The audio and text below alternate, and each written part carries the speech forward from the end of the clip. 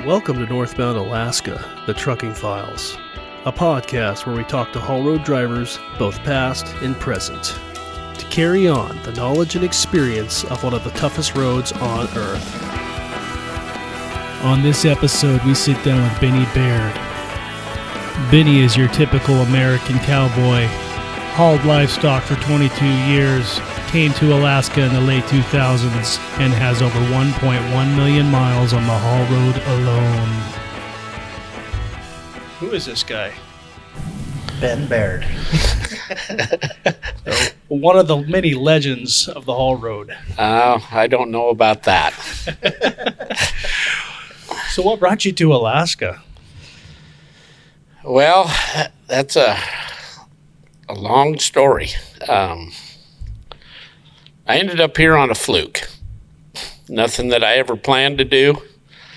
Tough time in my life, and somebody asked me if I wanted to haul groceries to Alaska after spending 22 years hauling cattle.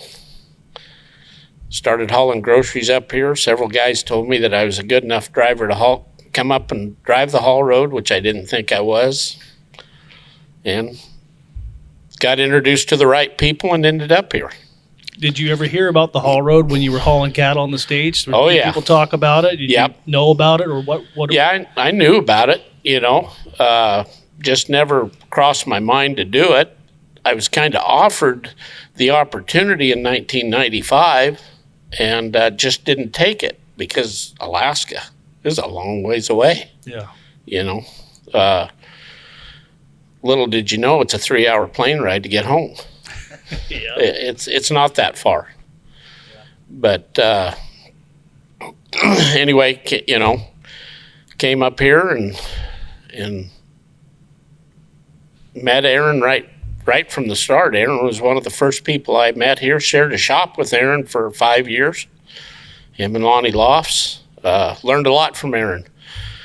Even though I had 20-some years of driving, there's a lot to be learned when you come up here. But you have to be open-minded enough and humble enough to open your mind to listen to what they have to say. Yeah. I'd been through a lot of experience in winter driving, hauling livestock, but this is different up here. Definitely a different mindset for sure. Yeah. The work ethic, the can-do attitude. I don't want to say I don't have fear about driving on the snow and ice, but I respect it. But even then, it just didn't bother me. A truck could, you could wipe your feet or whatever. You just knew how to pick it back up and go through it. And that's a lot of what you do up here. You go into a corner and you break loose a little bit, how to drive through it, handle the truck, and go on. You do it hundreds and hundreds of times, but it's a fact of driving up here. There's a lot of fear, and everybody has fear on that road, but it's like, what do you do with that fear? You don't make decisions based on that fear. No. It's like when you start doing that, you need to go somewhere else. Yeah. Yeah, if you, and I made mistakes up there. I've,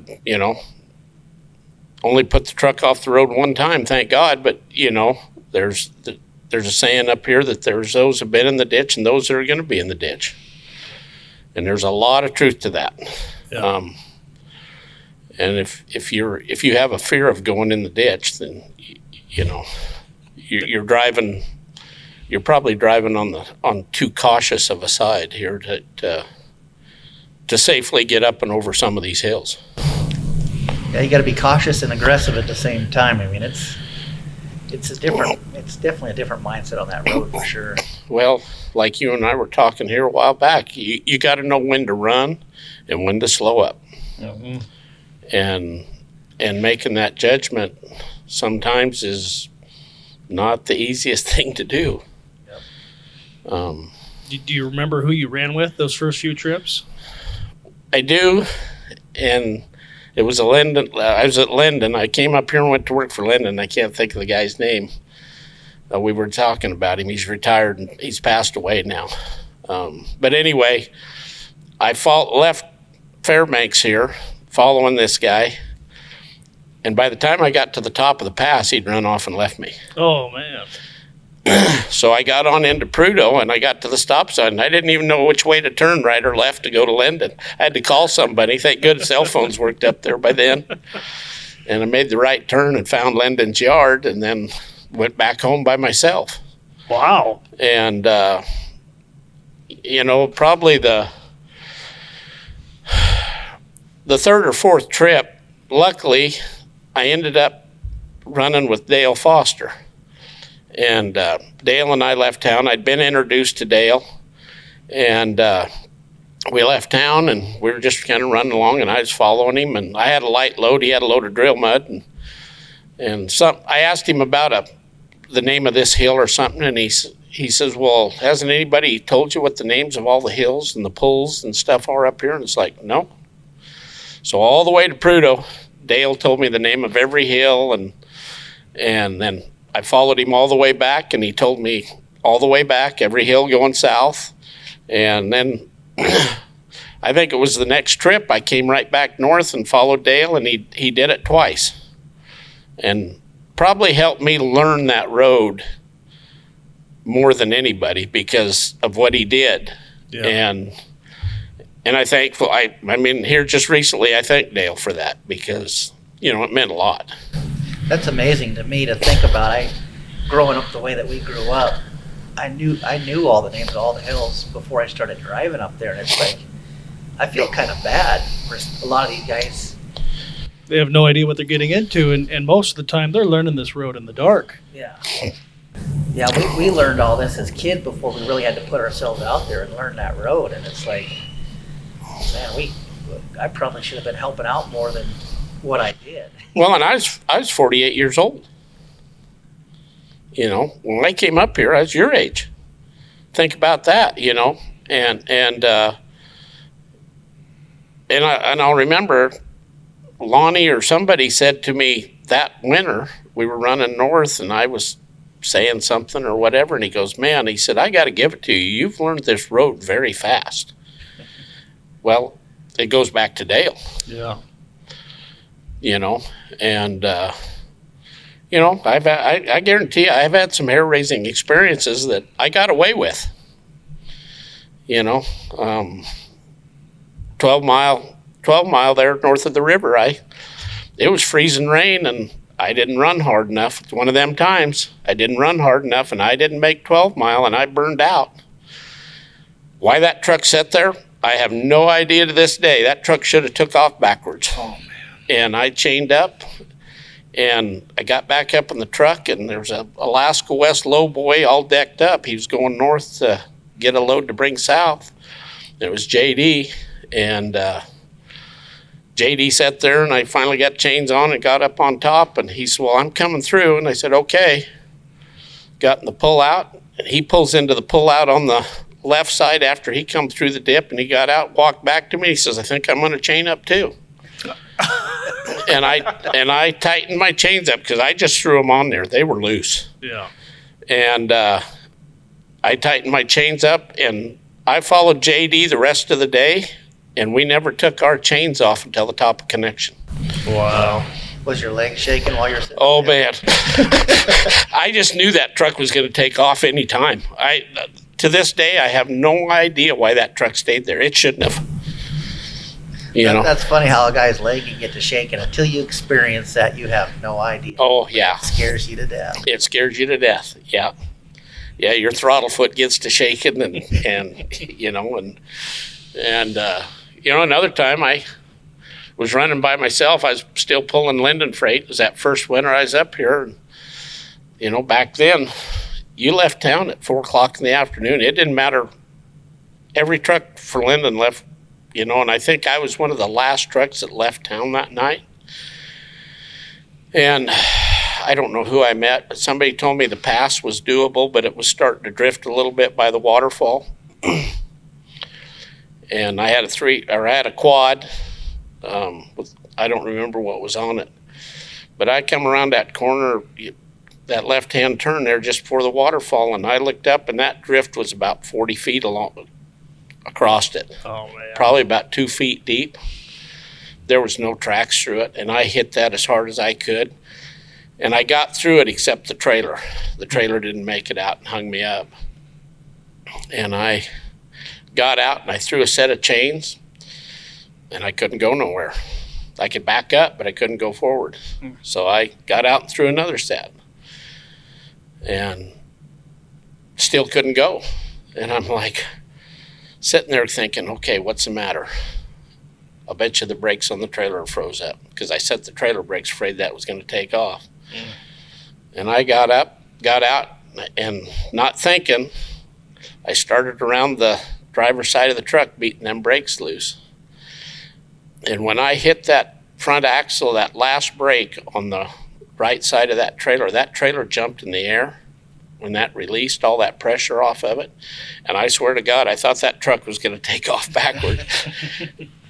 I took off through that drift, and I fell down, and I lost that hammer in the drift, but it went through a snowblower. It's out there in the bottom of the canyon, I'm sure, and ran for that truck and got in it, stuck it in gear, and took off up over the pass, you know. Wow. And that's one thing you really got to watch too. You don't ever want to walk behind the truck or underneath it, or I mean, if it does take off, it's going to kill you. Yeah, well, and that's why I was in front of that the front axle on that trailer when I beat that last drum loose. But I should have started on the other side and went the other way, so I was on the driver's side. I didn't think about that, you know. That's what you call experience. That's right. But you know, that's kind of some of my first year experiences up here. Yeah. And you're out there by yourself in the middle of the night, probably midnight, 1 o'clock. It was 2 o'clock in the morning. I can remember that to this day. It was 2 o'clock in the morning. Wow. You know. There's nobody out there going to be helping you. No, because I know I was one of the last trucks for Linden that left town, and that back then, you know, Linden was called the night crawlers for a reason. You left at 4, you know, the first dispatches went out at 4 o'clock in the afternoon. Wow. And back then, Linden had, you know, they kind of guaranteed that freight from Anchorage to Prudhoe in 24 hours. That LTL. Wow. So yeah, you had to get there. Yeah. You had that much time to get there. Well, to me, it kind of goes back to that bull hauler attitude that, you know, when you got livestock, you're going to get there as fast as you can, and I just applied that to that freight. You know, Yeah. There's people depending upon that freight up there ASAP.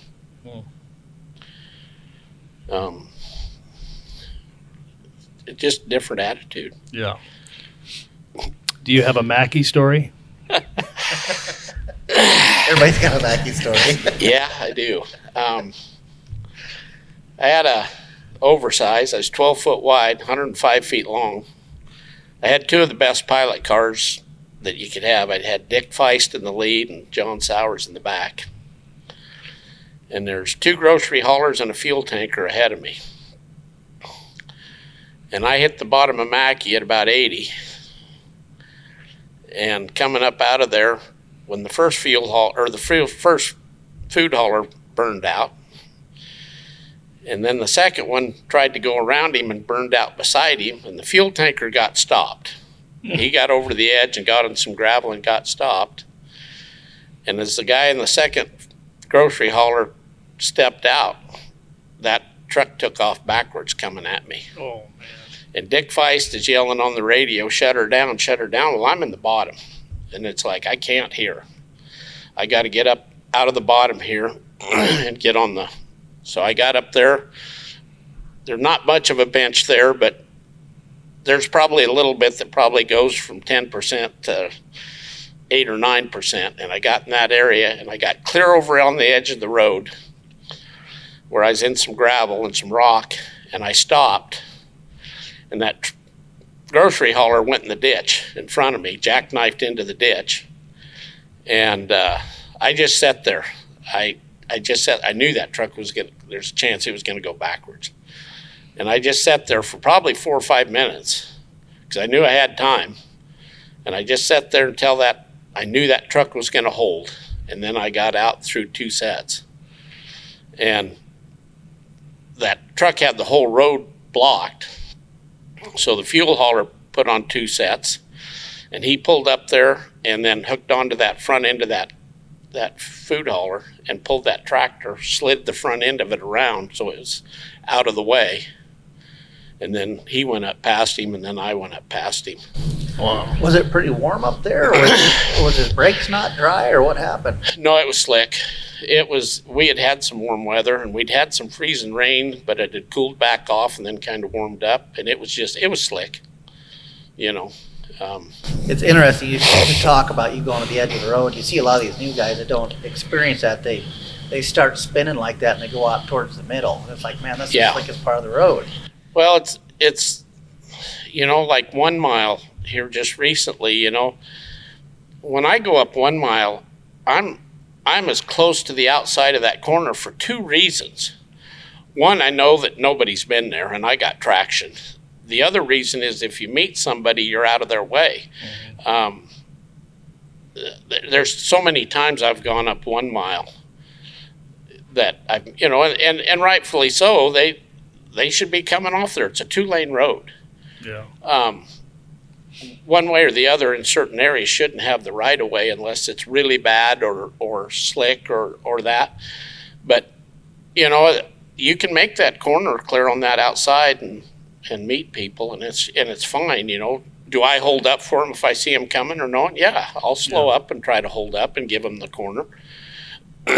But where you position your truck, so many of these people that are new up here, they don't know where the right side of their truck is. Yeah. And you have to know where the right side of that truck is. If you can't put the right side of your truck within 6 inches of a guardrail and drive there, then you almost don't need to be here. I mean, it's and one of the first guys that I ever was around hauling cattle, his name was Guy Callan. He's long passed away, but he taught me a lot. And the one thing that he told me was one day we're going down Interstate 5 in California, and he says, "Kid," he says, "you need to learn where the right side of your truck is." Because he said, if you don't know where the right side of your truck is, you don't know where your truck is at all. And I put that truck, he told me, he says, you put that truck 6 inches off that white line and you drive there. And that's kind of what I learned. And that teaches you, when you know where the right side of that truck is that close, you can put it up against a guardrail. Yeah. In a corner or a right-hand turn or whatever, And when I go up Hilltop, somewhere maybe it was on your deal there, I read, if you don't know by the time you get to Hilltop what your pulling gear is, well, by the time I go through those S corners going up to Hilltop, I guarantee you, when I make that second right-hand corner, I'm watching in the mirror, and I put that trailer 6 inches off that guardrail. Yeah. And I know what that trailer's pulling like, because every trailer's different. They can be out of a line, they can pull off. That tells me right where that trailer is. And I do that every time. That's what came to mind when I read that question you got was, and I do that every trip when I leave town. I put that trailer 6 inches off that guardrail in that right-hand corner. And then I know exactly what I got. Yep. Oh, wow. See, I just learned something there. Well, that goes back to what Guy taught me. Yeah. But yeah. There's a lot to it on them. I was thinking about going up 1 mile and then corners and all that too, but another reason, if you do spin out in the corner and you're on that high side of that corner, you don't realize, but your truck can slide down the hill, and it's like you don't want to be on the low side of the corner and have that thing spin out and slide right into the ditch. Yeah, you're going in the ditch. You got a little bit of room to work with, but people don't realize which with these trucks now, you're probably doing 20 mile an hour up there, but 15, 20 mile an hour going up the hill and you're kind of crowding the middle and you meet somebody quick, you can't get your trailer out of the way. No. You need to be prepared to meet somebody all the time and stay in your lane going up there. There's a lot of different reasons to stay in your own lane. The traction's better. There's a lot of reasons for that. Well, yeah, just the safety aspect of it, really. if somebody's coming down that hill and it is slick, they can't stop. Yeah. They're gonna hit your trailer. They're gonna hit you if you're in the middle of the road. It's your responsibility to keep your truck on your side of the road on all these corners. It's funny that you bring that up because I just remember when Dad would tell stories. That's one of the things I remember. Stay on the high side of these corners, so if you do spin out, you're up high and you're not down in the bottom in the ditch. Yep. And that's pretty much stuck with me my whole life, even though I just started driving truck in the last 4 or 5 years. It's always be on the high side of these corners. Yep. I spun out on a 5 mile one night, and I was in the high side of the corner. And by the time I was done, I was down there on the low side of the corner. And that truck was just slipping a little bit. And every time you slipped, it'd slide closer to the berm. It's like, man, I was right on the edge of the ditch. And it's like, if I wouldn't have started out that high, I would have been waiting for a wrecker. Yeah. And it's like, man, just simple little things like that could save a $3,000 or $4,000, $5,000 tow bill. So. Yeah, when I finally did put it in a ditch, my tow bill was $3,500, and I was 32 miles out of Fairbanks. Yeah. Where did that happen at? 32 mile on the Elliott. Oh wow. And all I did was get over a little bit too close to the edge, and I looked up at my big radio because I had one side on scan to see where somebody was, and I just hooked that edge of that deal, and it sucked me off, and I had it coming back. But I had my lift axle down, and when that lift axle caught that snowbank, it just right into the ditch. It's always a lift axle. And thank goodness I was only doing like 25, maybe 30. I wasn't going very fast. Never really hurt the truck. Yeah. Almost seemed like it was overplowed a little bit right there, if I remember right. It could have been that year, But it wasn't bad drive. It just happened. It's going to happen. There's those that will and those that are going to, Well, we're humans. We make mistakes too. It's like, but we need to be mentally, you got to be mentally prepared to go up that road. And you need to have your mind in the right frame of mind to go up there. Yeah. Yeah, it takes a lot of training to. And try not to steer it back on, right? I mean, that's what I've heard you say sometimes. Because going slow like that, you can get away with it. But if you're going too much faster than that, you can flip that truck over when you're doing that. Well, and the other thing there is that there was a lot of snow that year. Yeah. And that ditch there is deep.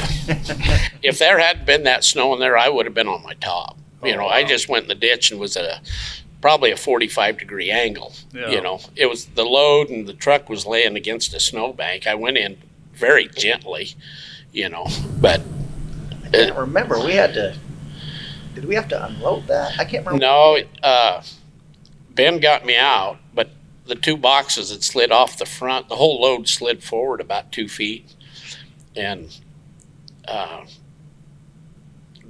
Ben's cable broke when he was getting me out. Oh. So we took it down there to 34 Mile and left it overnight in the pull-out, and then you were southbound the next morning. We met you there, and he set those two boxes on you, remember?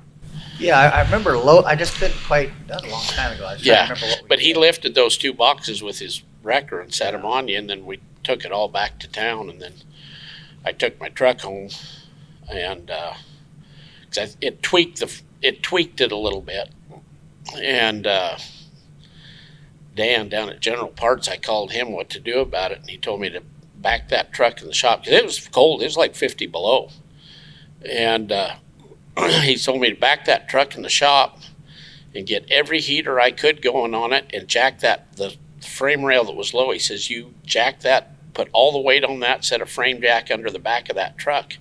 And he says, when it warms up, it's going to pop back in line. And we had that truck in that shop about 40 minutes maybe. And we had heaters going everywhere trying to get it up to, 75, 80 degrees in there. I thought a gun went off. That was when that thing popped back in line, it was like, holy smokes. And the funny part is that truck drove better after that. Really? Yeah. So whatever it did, it wasn't perfect from the factory, but whatever that pop was, it lined everything back up to where. Oh, wow. And you got to do that just right. It's got to be cold and warm that thing up quick. To get Quick. Yeah. Yep. And that's what Dan told me. Warm it up fast. I mean, we had 3 space heaters aimed all at those rear ends under that truck when we did it. You know. Yeah. So what would you say is your favorite part of the road if you could pick one? Oh man, favorite part of the road. I never thought about that. Favorite view, or I'm sure there's a couple. I mean, well, you know, like I got a picture on my phone right now of the other morning. I slept at 261 pit, and I woke up, and of course you got cell phone service there. That's why I made it to there so I could call my wife first thing in the morning. And the moon was out there, and it was just coming daylight, and the moon, that big long valley in the moon, it's just an awesome, you know, what a thing to wake up to. yeah. You know, the other thing that you think about, the favorite thing, having been around livestock most of my life, one of the first times I came over Finger Mountain, and I looked out there, because I started driving the road in July, so it was all green up there. And I will never forget, I come over Finger Mountain, and I look out there at that big valley and that big basin, and I'm thinking, God, how many cattle can I run out there? Wouldn't that be something? little known that it's all tundra and marshy, and you couldn't make a cow walk across it. But it was just, that's what it looked like, a great big meadow out there that it was just beautiful. Wow. Yeah, it is gorgeous out there. And then up through, when I first came up here, there'd been that fire that came through there, through No Name Creek and all that country. And the fireweed was just absolutely gorgeous that summer up there. You know, now there's all trees and spruce all growing back in there, but back then there was nothing there, just that fireweed. I've heard a lot of guys say that because of that fire, that's changed the way the wind blows, the way it drifts through there now. Yeah. It never used to drift like that all the way up to Mackie and all that, and it drifts in weird spots now because the trees are gone. Yeah. But the trees are starting to come back, so it's going to change it again. Yeah. And I've noticed, you know, having been gone for 8 years and now back, it's starting to drift different again, because the trees are coming back up there. Mm. I know some guys were saying that it drift really bad once you get on top of Old Man, going down to those dips. Those would fill in, and you know, really bad blows. Somebody was telling me the other day that maybe that was you. Somebody went down there with a reefer van or something. The snow was on top of all the way to the top of the reefer van. Well, that was it. I can't remember the year, but there was 2 trucks blowed in there in that corner, that dip between Old Man and the slide. And it drifted so bad in that storm in there that snow was over that reefer. And I can't remember, I think Tim Dufresne was one of them, but I can't remember who the other guy. They got caught in that corner. They hit a drift and couldn't get through it. And then by morning, when the state came out, they were drifted clear over, those 2 trucks. Wow. You know. Yeah, I heard Dad tell stories like that over on Tulik and stuff like that. And it's funny how they've improved the road so much, where they got the road lifted up and it don't drift as bad. But once them drifts start forming, it's hard to keep that drift from building up like that.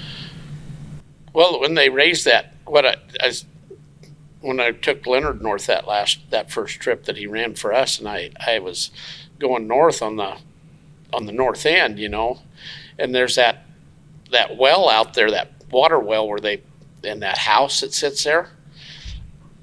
That first winter, that drifted behind, you know, that road would have 6-foot drifts right there where that well house is, because the road was flat and it'd settle it down. And I spent a couple of nights there, you know, pulling for Linden. By the time you get up there at 4 or 5 o'clock in the morning, that thing's drifted. It's 6 foot tall.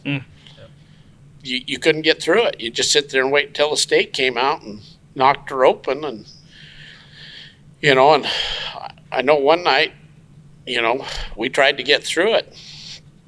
It didn't work, you know. Got the trailer hung up, and it wasn't me, but the guy ahead of me got the trailer hung up. I don't remember who that was now. They got that trailer hung up. There we sat, you know. We weren't going to get through it. So can we go back to the beginning? So when you first started running up here, did somebody tell you, hey, you're going to need a couple sets of chains, or did you just take a set, or what did you know back then? I bought a truck that was kind of set up, and I knew I was going to need 2 sets of chains, and the truck was already kind of set up for up here, and so I just kind of it was kind of a turnkey deal for me with that truck. Yeah. And but I listened, your guys talk. Lonnie and Aaron helped me a lot. A lot of it's common sense too. If you have the right kind of mentality and the common sense to think through things. Yeah. And having hauled the cattle, like I said, I mean, I went through blows that were probably just as bad down on Elk Mountain in Wyoming, and that, and I always just went through them. Yeah. Granted, I didn't have the lights. I wished I would have had the lights on my truck back then that we had up here. Yeah. Didn't know about those, but fight your way through those blows like that. The first bad blow I went through up here was probably a little worse than anything I'd been down there, but I was lucky to be with Lonnie and Aaron and went through that with them. It took us 7 hours to get from Pump 2 into Prudhoe. Wow. And then we turned around and came back out. Luckily, we came back out in 3 or 4 hours, if I remember right. But it was kind of an eye-opening experience, and I'm glad I was with those two, You definitely want to be with somebody when you're going through something like that. Somebody that knows what they're doing. And knows the road. Yeah. Because both Lonnie and Aaron could say, okay, this is where we're at. They just knew by the corner. It's amazing. I can do that. Well, I can't do that like I could before because it's changed when they lifted it and paved it. It kind of changed how it looks to you. But when it was down at the tundra level, I knew that road. By the second year, I could go into a corner and I knew where I was. Yeah. Even though you couldn't see but 10 feet. You just learned. And the delineators, there's probably more now than there was when you first started. Yeah. When you say? Oh, yeah, lots more. Lots more. It's amazing, the difference. And it doesn't drift with it being lifted like it did back then. I got pictures on my phone after a blow up there I spent. That was the year that the road flooded. Was that 15 or 16? 15. Yeah, and I had an oversize, and they had that drill rig out there, and that blow was blowing in there, and I was 14 wide, if I remember. Yeah, I know I was 14 wide, and there was a drill rig setting off they drilled out there about 34 mile, 32 mile, I think, and they had an ice road out to it, and I got to there, and I knew I wasn't going into that blow with that 14 wide, so I parked in their driveway, and then they'd shut the road down. But my pilot car sat right there with me, of course. So when the blow was over, we sat there for 2 days. When the blow was over, he and I got in his pickup, and we drove out there, and all of a sudden we could feel we were driving in water. And so we stopped and backed up, and I took a picture of it. And then we drove back to the other way to the Franklin Bluffs pullout. And there was, I can't remember how many trucks there, but they are completely drifted over.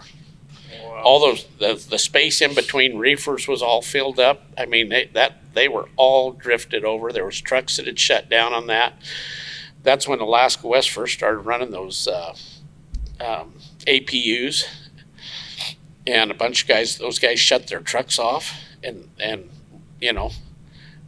their trucks wouldn't start. Those engine compartments were so full of snow and stuff that they wouldn't start.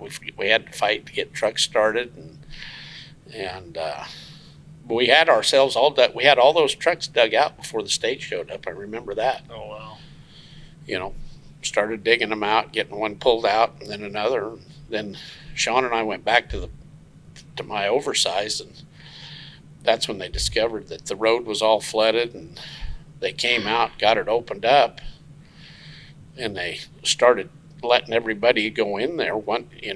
They let, I can't remember if the southbounders came out. I think southbounders came out first. They followed them out, and then they let northbounders go in, and I was the last truck in the convoy going in, because if something happened with that oversize, I was going to have everything shut down.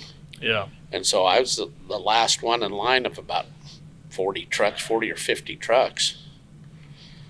Yeah, I've had some. There was a couple different blows when that road was flooding like that, man. That was What time of year was this when the road was flooding? Like April or what? February, March. And the road's flooding?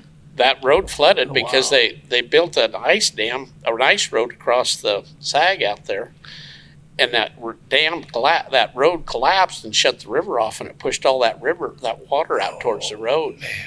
It was flooded for 10 or 12 miles there. when it first started, it was 50 below, and I went in that night, and somebody told me it was out there, so I slowed down to them 2 spots and just idled through them, and we went in there and unloaded and come back out late that night, and I idled through them 2 spots, so I wouldn't. 50 below and you run through water. It freezes instantly to that truck. You'd have a couple 1,000 pounds of ice on there. Well, not to mention your brakes. Oh man, and I got through them 2 spots and I took off. I got up to 50 or whatever, and all of a sudden there's a third one, and I hit that thing, and I was like, oh man, but it was, yeah, that was not good. There was another guy. Oh, he was driving J-Rod's truck, Steven, I think. We got down the other side of the pass. He lost his alternator, and it took, I think, at least 3 of us get his hood open because there was so much ice Under that, yeah. Oh man, it was. Well, luckily I had that Star that I'd bought, that Western Star by then, and I had that truck built high, so all my undercarriage and stuff, it kept that out of the water, and that was high. And then it actually ended up making me money, because when it all flooded, they had all that freight stacked up out there at Franklin Bluffs and stuff. And there's a lot of guys like, I'm not going in there. My truck's too low, And so, man, I sat out there, and all I did was run trailers from Franklin into Prudhoe. And fuel went to I can remember it was $9.40 a gallon in Prudhoe Bay, because they were bringing tankers up to Galbraith, and Linden had their C-130s landing there at Galbraith, and they'd load a bladder in that C-130 with fuel and then fly it into Prudhoe and then pump it off onto another truck. That's the only way they could get fuel up there. Yeah. Man. It was intense. I lost all my pictures from all that time, but man, that was, I don't know how much ice ended up getting on the road after. Man, all the ice was about top of the delineated. Oh, it was deep. It was that 8 to 10 foot ice on the road. Yeah. It's like that's a lot of water running on the road. Yeah, it was intense, It was actually an ice road then. And running back, yeah, and running back and forth through it, it wasn't an easy job. But I think, of course, back then we could get away with a little more stuff, but. Man, some long nights. It's a long days and long nights, Yeah. Trying to keep that freight moving. And some of it was critical, Mm-hmm. They needed it. You being Prudhoe, and we didn't have phone service out back then. We had radio. We could talk to them. We could talk to them. They'd say, we need this trailer. It's got such and such on it, and they need it here now. Get that trailer and bring it in. Non-critical freight didn't go. It was anything that was critical. So were you the only one helping with that, or was there? No, there was 3 of trucks? us. There was Mike Bargavas, and I can't remember who the third guy. There was 3 of us for Linden. We stayed right up there and ran back and forth through that. Wow. And then they gave you the gold star at the end of the year. You wish. They did pay me good for doing it, but You'd rather have the money anyhow. You don't yeah, have a gold star. That's right. I got a gold star for you. Okay. But there's just all sorts of experiences like that and that goes back to the get her done. Yeah. it was a job to do, and it needed to be done. Yeah. You just do it. Put your head down and go to work, and use your head. Luckily, I never ever had any trouble with my truck doing all that. When I would take a break, and Linden was pretty good because we'd back into that side of the terminal up there that had heat and go to bed and let our trucks thaw out, get some of that ice off of them. But we had to, you had to do something like that. You couldn't do, I think I did that for a week or 10 days. Oh, wow. And then the road finally flooded so bad that we couldn't get through it. Yeah. And there were some guys that got up there, and they had to leave their trucks up there. It was a couple of weeks before that warmed up enough to melt off that those guys had to fly home and then fly back up there and get their trucks. Yeah. And that was, when was that, 2015? 15, yeah. Okay. Man. So you're back now. You left for a little while, and now you're back. Do you like it still, or is it? I mean, I'm having fun. It's changed. The attitude on the road's changed. Some ways I don't know how blunt to be, but there's a way to talk. There's a way the old guys talked up here on the radios, and now it's all changed. People are renaming places. They don't know where they're at. Yeah. And it's like I was talking about the knob, and this guy says to me the other day, "Which knob? Baker's knob or Gobbler's knob?" Well, Baker's knob that's not Baker's knob, it's Baker's. Yeah. The knob is Gobbler's knob. They're renaming stuff, and I don't know where that's coming from. It's interesting. Everybody's got a different perspective. And truck drivers, most of the hills got a name because people are fighting it. They're having issues. And some of the other names, the state hands, they've got their own issues when they're plowing roads and doing stuff. So they've got their names in certain areas. But everybody has a different perspective on that road. And it's like, Baker's, that's a place to sleep, but you're never going to fight that. Yeah. Gobbler's Knob, it's like, that's a hill. Yeah. It's kind of like Mackie. Everybody's probably got a story on that hill. Well, and there's there's hills up there that everybody has their story about them. Every one of them, whether it's 5 Mile or 1 Mile or Mackie or Old Man or Stormy or Connection Southbound. I burned out on Connection Southbound one time, and I'll tell you what, I don't know what the grade is on Connection coming south, but I'll tell you what now, when you burn out on that and you jump out of your truck to throw a set of chains, you realize how steep Connection is. Been a lot of people in a ditch right there. Yeah. And it just, Coldfoot Hill. Thank God I've never burned out on Coldfoot Hill, but I've come close because that's steep. I would like to know those 2 hills southbound. I'd like to know how steep they are. They've got to be 14, 15%. They're steep. Or 16%. They're steep. When you come off of them, it's fun. Yeah, they aren't very long, but they can dang sure make you humble.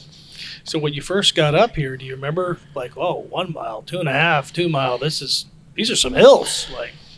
Do you ever do any logging back home? No, I never logged, but I went into a lot of remote ranches that were awful steep. Yeah. And as steep a grades, same type of getting into, going to the east side of the Hells Canyon. You aren't going into the Hells Canyon, but you go up in those mountains up in. There's some steep grades going up there and getting back out of there with cattle. Going to the Coast Range down in California, that Quinn's Hobby Ranch down there at Hollister, California, when you go into it, if you got a semi, you're going to hang the the outside tire of your back axle of your semi-trailer off out in the air.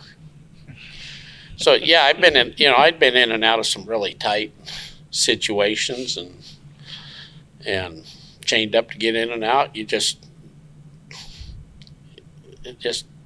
I guess what it is, you just learn to do it. And I had some scary experiences down there too, learning experiences on what you do and what you don't do. But there again, it all goes back to common sense and think your way out of it. I think that's a lot of it, is just think your way out of the situation. A lot of people, when they get in that situation, their mind shuts down. Your mind can't shut down up here. You've got to think. You've got to be able to think through everything. And I get in a situation where it does get hairy. I don't panic. Maybe after it, my heart, then the adrenaline or whatever hits you. But during that situation, I'm pretty calm through it, And you have to be. Mentally, in some ways, you almost need to be prepared for the situations.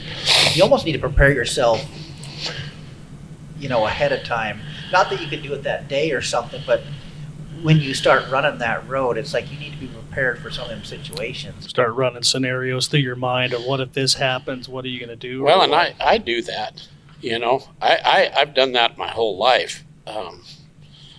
Whether it was cowboying or whatever, because I grew up on a horse, cowboying on big cattle ranches. And so, you start thinking your scenario through that. If a cow does this or cow does that, how am I going to react? A horse does this, horse does that. Well, you just apply that right on into what you're doing in a truck.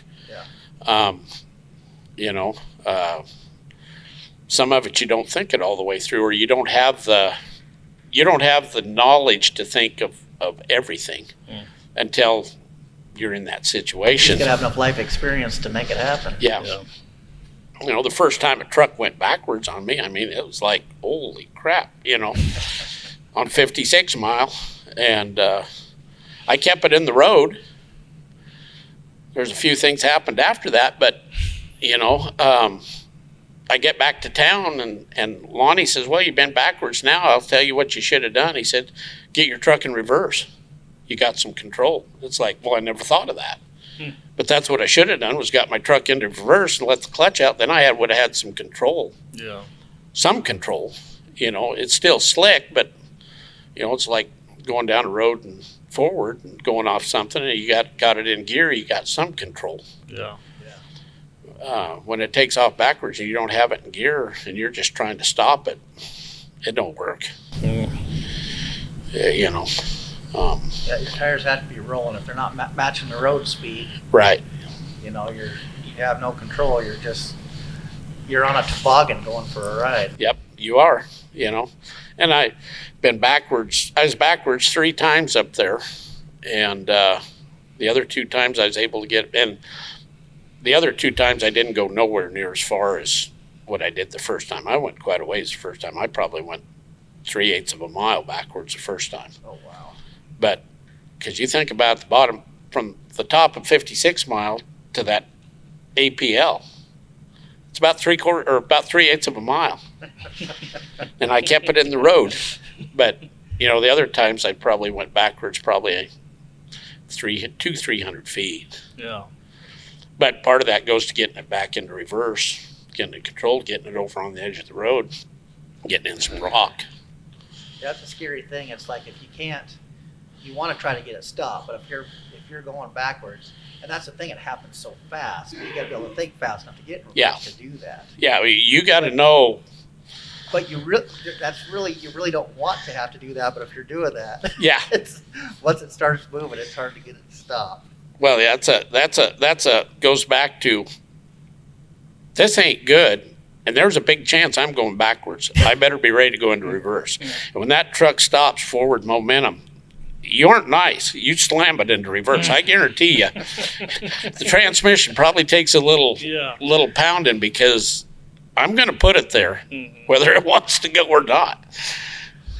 So did you know about keeping your brakes dry before coming up here and all that, or did someone tell you that? No, I knew about that. Yeah. I knew about, drying your brakes out I did that quite a bit actually down there. That's kind of one of those. Yeah.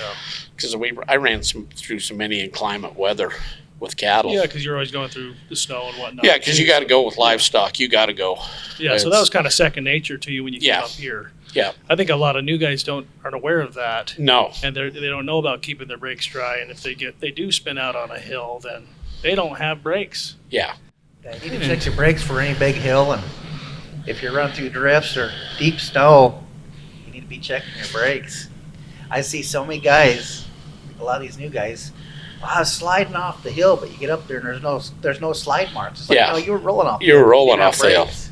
Yeah. It's like you put yourself in a bad position because you scared yourself pretty good because you didn't have dry brakes. And these disc brakes, this is the first real trucks I've driven with disc. Well, they're the first two trucks I've ever driven with disc brakes, and they're way different. They do dry out a lot quicker, but now you got your trailer pulling you or pushing you. And and especially if you're a little bit tail heavy, that trailer's going to push you that much harder if your brakes aren't dry. Yeah. On the trailer. And and the other thing that'll happen too is even though you warm those brakes up and you per se dry them out, a lot of times you're caked up with so much snow and ice. You warm that ice up around that brake drum. Well, it'll run right around the edge of that brake drum and right into that brake drum, and ice you right back up. Well, it's like the shelf. I'll dry my brakes before the shelf, and then I dry them before the pass again. Yeah. Just to make sure you got them, but it's like even though they're only a few miles apart, I do not want to be on that pass without brakes. Yep. Yeah. Well, and they're just, even from when I started, these engines, the Jake brakes on them are just so much, You gotta be intentional about drying your brakes. Yeah. The Jake's so strong. That Jake's so strong, it gives some of these guys a false security, I think. It's a little different deal with the horsepower and I had some, believe me, I had some powerful engines, I had a cat engine up here in that 03, that first truck. When we rebuilt that motor, that truck could run. I'm guessing it was putting around 750 to the ground. That truck could run. I could high side it every pull up here with 102,000 with 370 rears. So, but that truck didn't have it was a cat. It didn't have much, and I didn't have a retarder. I could pull everything fast, but boy, I crept off the pass, Oh man, it's tough for me to say, but I think I'd rather have a strong Jake on this road than horsepower. And that is really tough for me to say because I like horsepower too. But yeah, horsepower is a lot of fun, but that Jake is save so much time on that road. It does, And brakes. It's like you're not. Oh, You've got some of these trucks got 500,000 miles. It's like, man, them other Jakes. It's like you're putting brakes on every 200,000 miles. And that Star that I bought after that Kenworth, I had that. That was a glider kit, and I had that IS. Basically, it was a Signature 600, but it didn't have it was the next generation after that with that had that air actuated turbo and all that really improved the Jakes on those Cummins. So I still had to go off, fairly slow. I went off the pass at probably, I think 17, 18 miles an hour. And now with that same load with these trucks, you probably go off there at 30. Yeah. And the other thing is, even though we have these powerful Jakes, and I saw this just the other day, these guys start creeping off there. And they got too much Jake for what they're trying to do, and they'll lock those. They start locking up, and that truck's taking off on them, and they can't figure out that they're going way too slow for what Jake power they got. Yeah. And then they're slicking the hill up. And then they're slicking it up for everybody else. It's you gotta know the truck that you're driving. Yeah, you can't go too slow, but you can't go too fast. You're coming off them hills that fast too, and then if you do lock up going that fast, then you're really going for a ride. But there's got to be a fine balance. Well, sure. And that's I did that the first winter I was up here. I was southbound going off the pass, had about 6,000 pounds in the nose of a dry van, and I was going a little fast, I'll admit it. I got down there by the waterfall, and that truck took off. And it didn't matter what I was going to do. I couldn't get it slowed down. I mean, everything I tried to do, I went faster. And I'm thinking the switchback's coming up, and I'm doing about 40 miles an hour. And it's like, I can't make, there's no way. Yeah. You know, and just not very far, I can't tell you exactly where, before the switchback, everything hooked back up. And I got her slowed down, but I still went around that switchback way faster than I wanted to. I mean, you used the whole corner, huh? I did. I was up against the guardrail, I can tell you that. And, you know, that was an adrenaline rush. That I guarantee you, because you start coming down there and you can't get things stopped, and it's like, what am I going to do here? You're out of control, but you're still in control. And if you get scared at that point, Yeah. you're wrecking.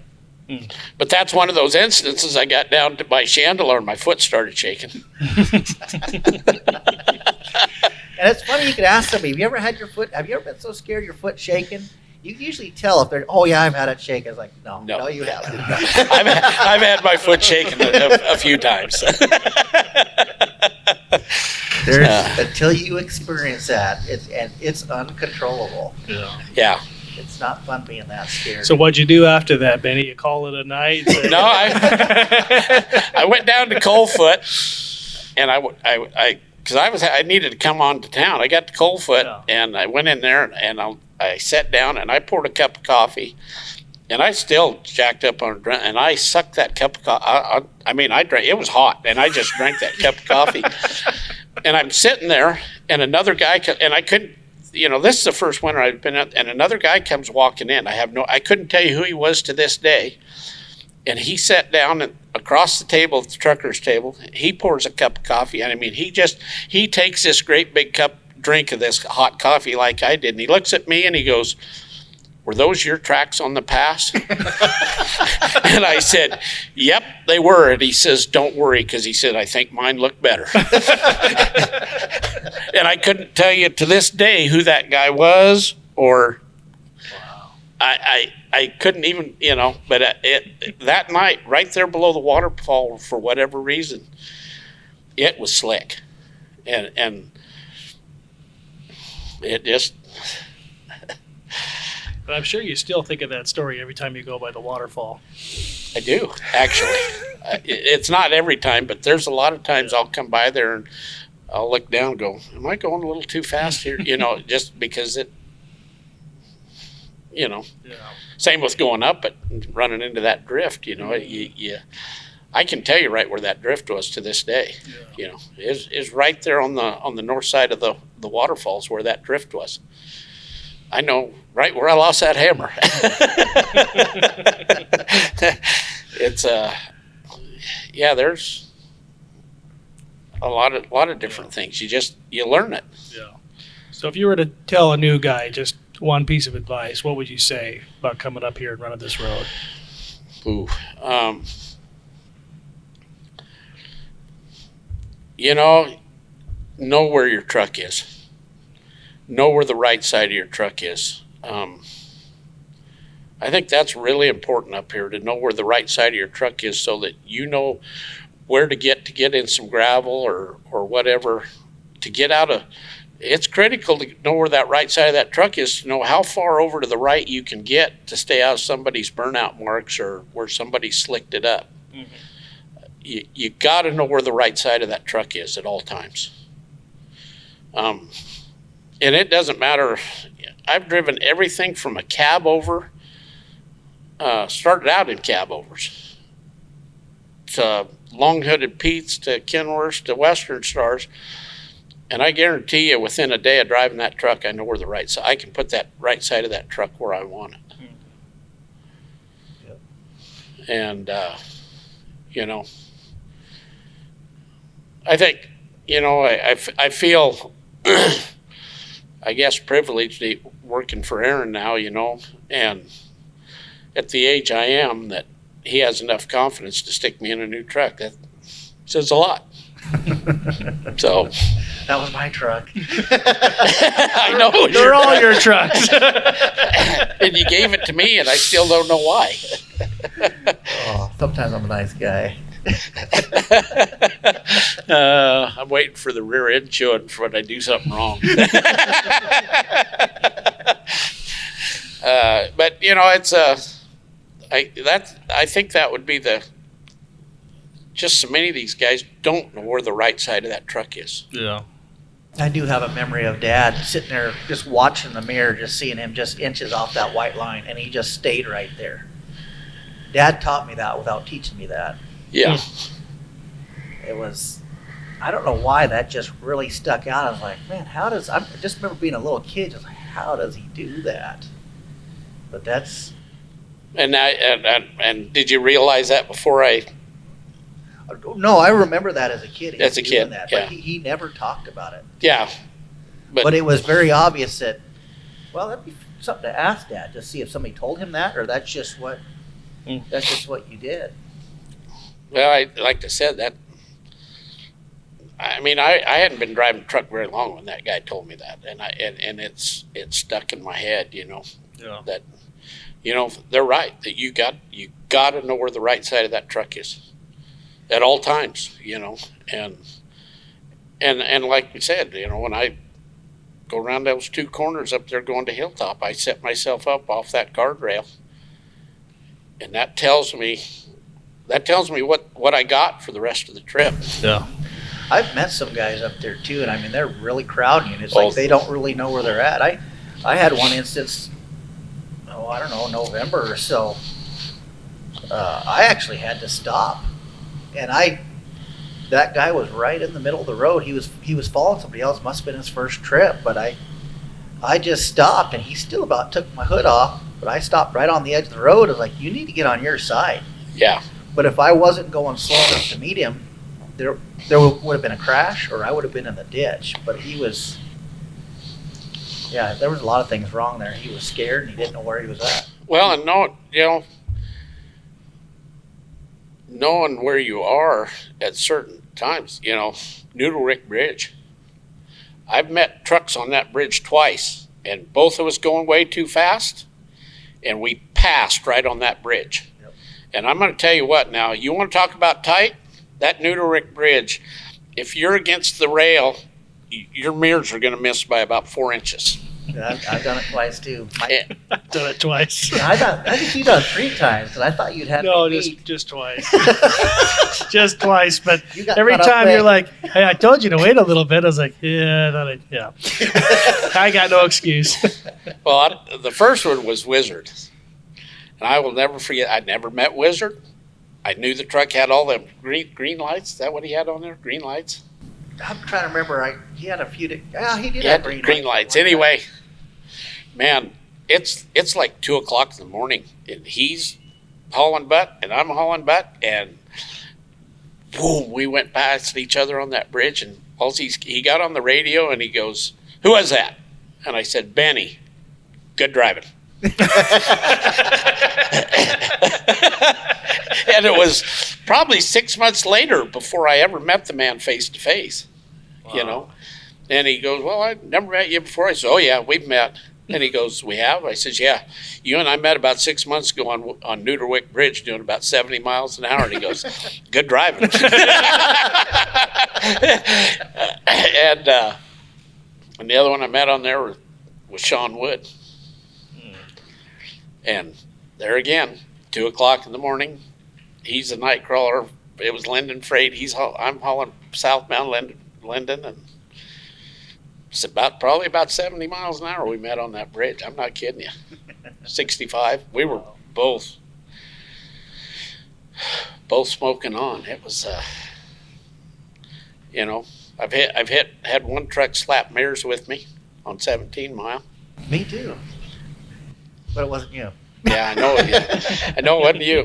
I'm not going to name names here, I'm not but either. but it knocked the mirror clear into the driver's window of my truck. Was the road narrow back then, or was it? No, it was. Oh. The other guy was driving too fast. Oh, this was back when the road was narrow. Well, the road was narrow. They hadn't widened it then yet. No, it was still narrow, but yeah, it. That used to happen a lot. People smacking mirrors. Yeah, I'm sure it did. That's an eye opener. Yeah. When you've never had that happen to you. I've only had it happen once. Well, I've had it the one time, and I don't ever want it again. Yeah, the road's so wide anymore. It's not really an issue. Yeah, but sure drive. That's another challenge in itself. Now you drive to Prudhoe and back with no mirror on the left side of your truck. That's a challenge. Yeah. You don't realize until something like that happens how much you look in that mirror. Yeah. And then all of a sudden it's not there, and it's like, wow. It's an adjustment. So. Well, cool. Well, thanks for coming on, Benny. We really appreciate your time. No problem. Appreciate it. We'll do it again sometime. Bring somebody else in and tell some stories. We'll have a conversation. Okay. All righty. You bet.